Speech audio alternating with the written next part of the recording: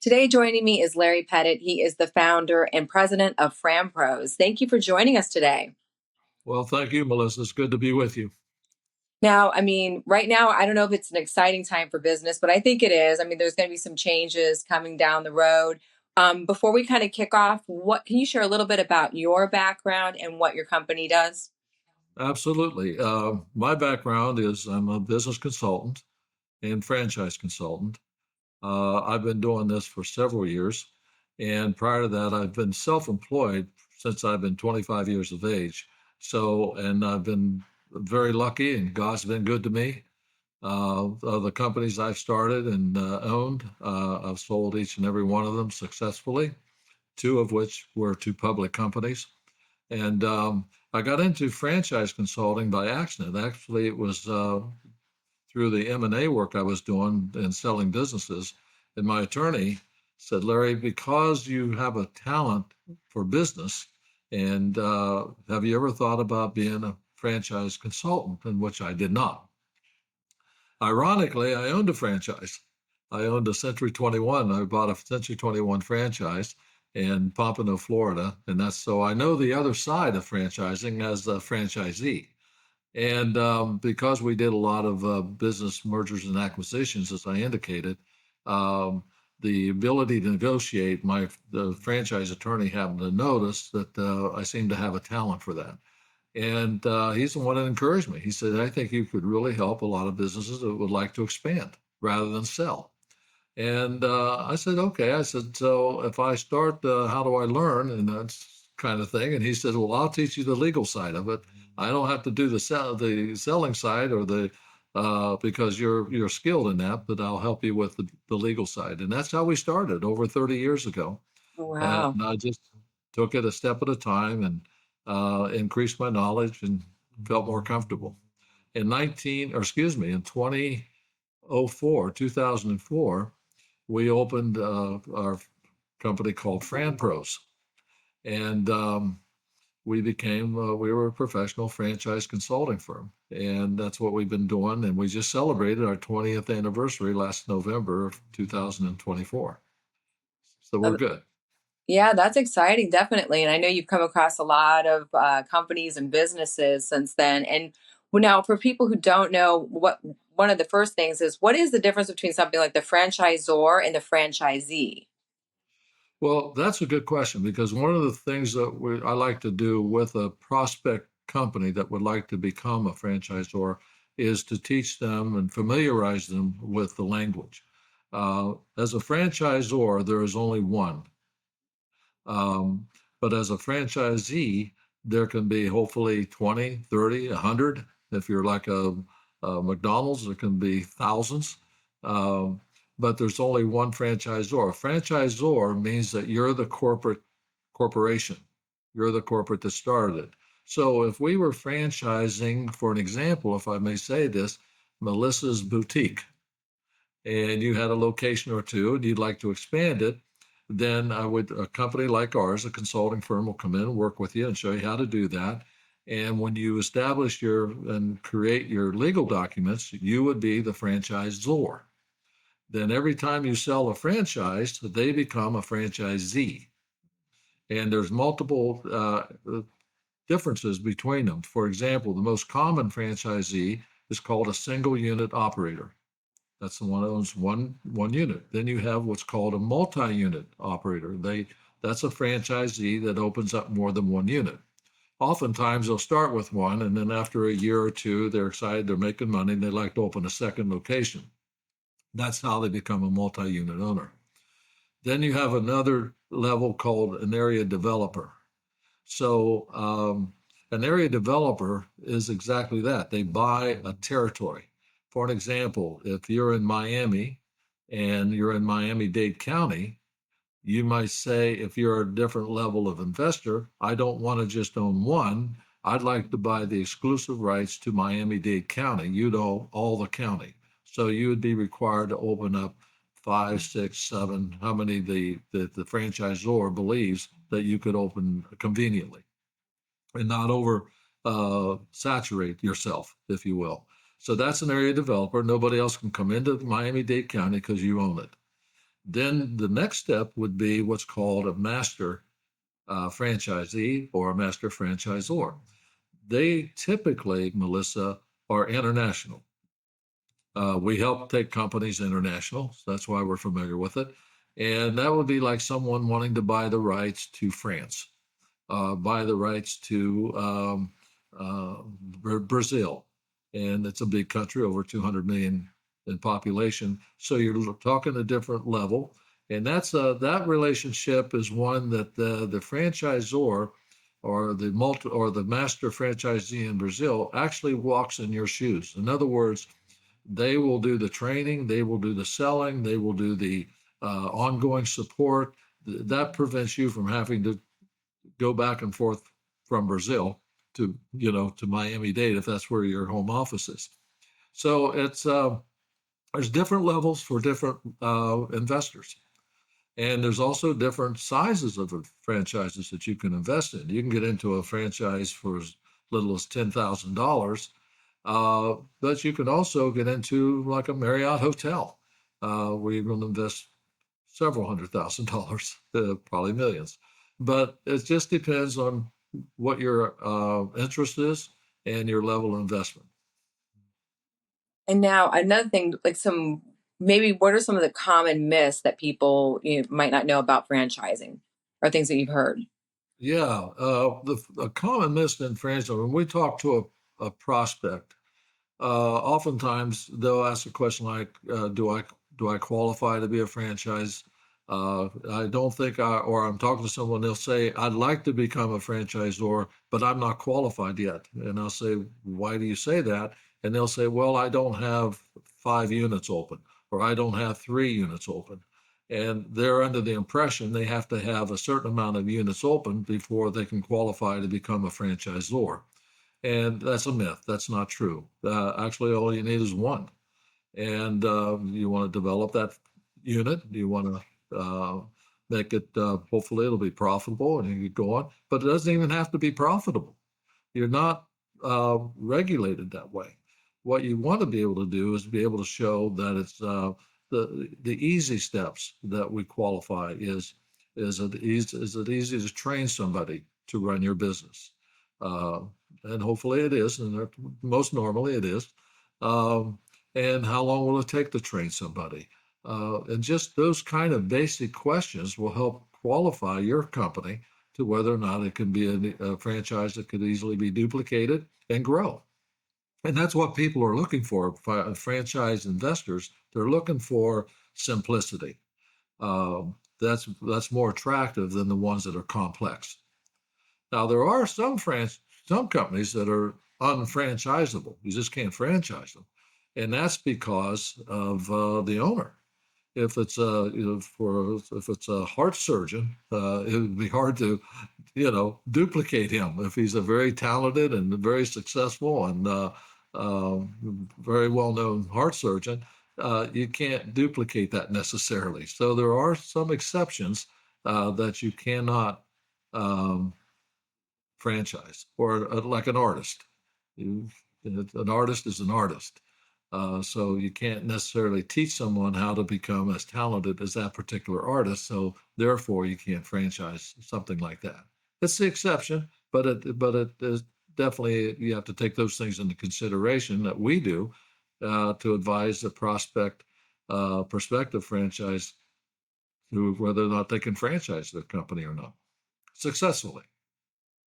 Makes it easier. So if it's something that's like more Easier. easily duplicated, that's going to be the key. Yeah, it's a little bit like you. You're a very talented communicator. You're good at broadcasting. You have that experience. You talk to people very easily. And if you said, "I'd like to uh, franchise my podcast," well, not everybody can necessarily do what you do and be creative and come up with the penetrating questions that's going to help the audience to understand more of what you're wanting to share with them. And it takes a little bit of talent to do that. Well, And thank you for that. But yeah, I know. So yeah, like you're saying, artists and things that you can't like duplicate that quality or something in another exactly, entity. exactly. Yeah, But but it's easy to duplicate a McDonald's. it's easy to duplicate, the systems of that nature. So that's why they can grow so much easier. And the franchisee makes money. That's the that's a successful marriage. So they start out with a little bit more like assurances of success or better odds of success. That's correct. That's And correct. and now what some people might question is now who's your boss when you own a franchise? Well, technically, if you own the franchise, you're the boss. If I may use McDonald's, everyone's familiar with them as an example. If you bought a McDonald's, you're the boss. Uh, you own it. That means you're responsible for hiring all the employees, training the employees, running the system properly, 24/7. That's your business.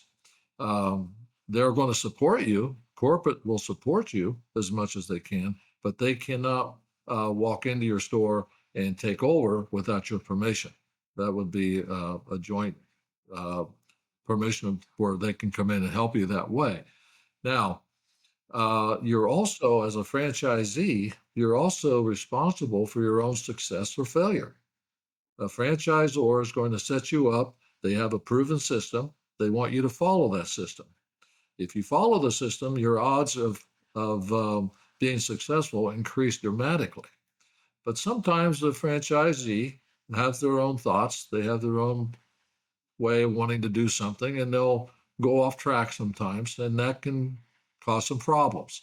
And they can get into some difficulty, or they're not making the money they should be making. And that's when the franchisor will step in and help them get them back on track and follow the system again. It's a little bit like follow the yellow brick road. And because franchising is nothing more, Melissa, than a system. For an example, if you had 5 years of restaurant experience or 10 years of restaurant experience, maybe you're even a previous owner, makes no difference, and you applied to buy a McDonald's franchise, they'll look at your application and they're going to see the background experience that you have. Wow, you've been in the business for 10 years. That's great. But now you're going to learn our system. So it doesn't matter what business you were in before, what kind of restaurant you owned before, or what kind of other type of business you may have owned before. They're going to tell you, like any franchisor would, now you're going to learn our system, and we expect you to follow our system. That's why I tell sometimes the franchise prospects, if you would like to sell steaks, don't buy a McDonald's because you're not going to get authorized to sell steaks. As you follow the system, that's with every franchise. Has to do. And now, what are some of the differences? Like, so I know from what you do, so the difference between, like, I've heard of franchise brokerage firm. What is the difference between a franchise brokerage firm and a consulting firm? That's a good question. I like that. The franchise consulting firm is our firm. We're a consulting firm. Franchise brokerage firm, they specialize in selling franchises. And there's a very large company, for an example, called FranNet. FranNet, if you go online, you look them up, they're going to help you. They represent several franchise opportunities. Um, to give you an example, I guess to break it down, the simplest way I like to do it is a franchise consulting firm will help you become a franchise. We're going to come in and we're going to help you put your system together, like we were just talking about. So we write all the systems. The typically called the main part is the confidential operations manual. That's from A to Z. That's sort of like the Bible of your business. So if I can compare it to maybe put it in the easiest terms, the franchise consulting firm like us, we're going to build the house and then we turn it over to a brokerage firm to sell the house. But you first have to have your house in order. You have to have it built. So again, we're going to help you regardless of what kind of business it is. I don't care if it's in the salon business, if it's in the restaurant industry, medical industry, education industry. That's what we do. We specialize in coming in and putting your systems together. We help work with your attorney, your franchise attorney. If you don't have a franchise attorney, then we'll be happy to recommend one for you because you're going to need some legal work done as well. The legal work is called the franchise disclosure document that the attorney has to prepare for you. And so from that standpoint, that's the difference between a consulting firm and a brokerage firm. The consulting firm help you put your company together and prepare it to expand nationally and even internationally, like we do. A brokerage firm specializes in selling your franchise. Okay. And now I know your clients are I mean, they're in different states, national. Now, because we're talking like to Texans, a lot of Texans here listening. Yeah. Are there any franchises that we might know in Texas that you work with right now? Yeah. Well, we represent a company out of Miami. We have offices in Miami and Orlando. But we sell nationally. In other words, the only side, if you want to call us a brokerage firm, the only way we could qualify as a brokerage firm is the only franchises we sell are the companies we represent. So, and if we franchised McDonald's and we franchised Burger King, we would not franchise a Burger King because it's too competitive, it's too close. So we only businesses that we sell are the ones we represent. So the ones in Miami, we help them sell because a lot of franchise companies don't know how to get off the launching pad. So now they've got their franchise system in place. They're ready to go. They've got the marketing all set up, which you're very familiar with, the marketing side of things. And you got to have everything ready to go. And then we assist them for at least 2 years on helping them launch their franchise. Now, at the same time, they can still use a brokerage firm or whoever they want to add to help them sell the franchise. Um, but the reason we stay with them for the first year, maybe 2 years at the most, is because when you're first starting, you're competing against other companies that are already an established franchise. So, what makes you different than them? And we show them what the differences are and how they can compete successfully. So from that standpoint, we that's the only time that we really get involved with that. With that being said, we have in Texas, we have one of our clients is Piola Pizzeria, and we have two locations in Houston, and we're anxiously we want to grow from those two to start with. Piola now we represent them. They're in Texas and of course Florida. They're also in 9 different countries. So we've done a very nice it was expanding them very successfully. Um, we have a franchise client, the franchisor. We franchised a company in San Antonio called Frost 321. The Frost 321 is a very unique business. It's very unusual and it's very popular when it once introduced because what they do, it's a liquid nitrogen frozen cocktail and dessert experience. Oh, And cool. yeah, it is really cool. When I saw this, I couldn't believe it. I accidentally came across it on the website and I thought, what is this? And I looked at it again and I was just very taken with it. So I was fortunate to call and I got the owner and uh, she was looking to expand as well at the time, and she said she'd love to talk about the possibility of franchising her concept. It's exotic, it's fun, it's delicious, and it's perfect for your next party, wedding, corporate events. In fact, they've been in like the last 5 out of 6 parties for the Super Bowl. They're very popular, and it's only private events. They don't do. They don't have uh, an inline store or a brick and mortar store. Okay. They only do events. The owner, what she did is she worked with chefs to create their recipes. They really take and they infuse it with alcohol. It's just amazing, and so that's what makes it so popular. Weddings love it, and they even do it where they can do it with alcohol and non-alcohol for the kids or just others that may not want an alcoholic drink. Right. But it's really exciting, and they do some wonderful work. They have exclusive arrangements with like uh, Marriott, JW Marriott hotels, Hyatt hotels, MGM in Vegas, They have some really, really excellent clients. And they do celebrities as well, contact them for private parties, and some of which you have to sign a NDA. They don't. Some celebrities don't want to be um, used to promote or advertise and things of this nature. But that's really something. So if any of your listeners happen to be thinking of a wedding party or a corporate party or any type of an event that they want something different and exciting and exotic, people love. It's not just by tasting and eating the product. It's just the experience itself. People love to see how it's made right in front of them. It's amazing. Get a hold of Yeah, frost321.com. It's that different. sounds pretty cool. I Yeah. definitely want to check that out. I'm going to look for it. Yeah, Um, please do.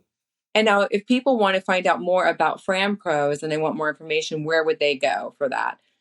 Well, you could go to our website, which is I started to talk about Frost again. FranPros.com, Fran, and then PROS, all one word, FranPros.com. And check us out on the website. And if you're interested and you want to learn more about us, and if you'd like to have just some information, we'd be happy to respond to you and help you in any way we can. Every client that we take on as a client, we start with what we created our own FranStart evaluation. You might want to franchise your business, but you may not be ready to franchise. So that's why we start with an evaluation. We're going to let you know the strengths and weaknesses of where you are and where you might need some assistance or what you might have to work on for 2 or 3 months before you want to start with the legal side of franchising. That makes So sense. that's very important to us. And we get calls from different areas. We do business in Georgia. We've done business in You know, Ohio. like with business. Yeah, we're a national firm. Although our offices are here, we can work with any company, no matter where they're located, and we do. That's wonderful. No, well, I'm glad you took the time to join us today. And I know a Well, lot of people, it's something that people don't know a lot about probably is franchising and, the behind the scenes of what they do, what you do and how, it kind of works. So I hope I was able to enlighten in a positive way and not confuse people even anymore. But there's a lot of moving parts to it, but it's also simple at the same time. If you're thinking about franchising your concept, you like to grow and expand it that way. The most important thing I would recommend is to talk to a franchise consulting firm. They're going to help you the most. They're going to help to put you in the right direction. They're going to assist you in developing your franchise. So it's going to be exciting. Gives the franchisee, the investor, an excellent opportunity to succeed. And that's what you're ultimately looking for. You want a good relationship between the franchisor, the owner, the corporate store, and their franchisees. And like we like to say, don't think of your franchisee as a franchisee. Think of them as a franchise partner, and you'll start with a good relationship. that makes sense. Well, thank you very much, Larry. And thank you for joining us today. Oh, thank you for having me.